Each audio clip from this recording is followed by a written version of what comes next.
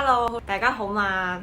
咁我哋研發七色花產品嘅故事咧，大家都知道㗎啦。但係咧，我哋咁全面去推出一套咁嘅產品咧，希望大家咧係會更加廣泛咁樣去使用啦。今日咧有關七色花嘅 Q&A 環節話題咧，記得加入我哋嘅平台，留意我哋嘅產品同埋留意我哋嘅影片啦。咁講咗咁多，不如講下我自己嘅個人體驗啦。咁我就用過活力能量板啦。咁其實就係我頭先所講嘅，真係會令到自己咧好個狀態好好啊！好似一起身咧已經覺得問自己今日狀態如何？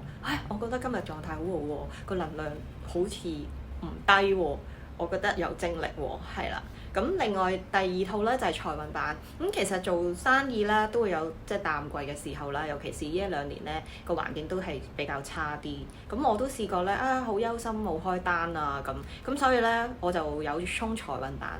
咁其實咧每一日我都有記錄住個變化啦。咁首先第一日咧我去衝財運版嘅時候咧，就一衝已經覺得自己原來好多嘢都唔再驚咯喎，衝完之後嗰個信心大咗喎，唔知點解啦。第二日咧再衝嘅時候咧，就覺得個感受更加加強咗啦。到第三、第四日咧就有客人哋同我落單啦。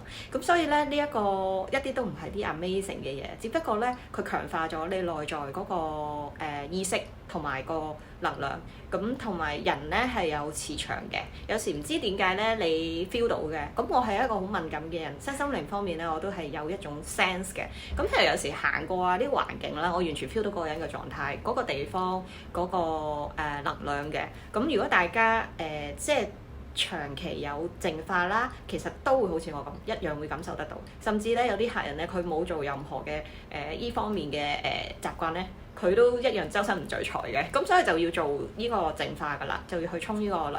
咁沖咗咧真係會開心好多嘅。客人就問係咪男人女人都用得？咁當然男女都用得啦，因為呢一個係真係上天俾我哋嘅禮物，花喎，鮮花喎，咁真係永遠都會喺度嘅。即係呢一啲係有機真係大地孕育出嚟嘅嘢。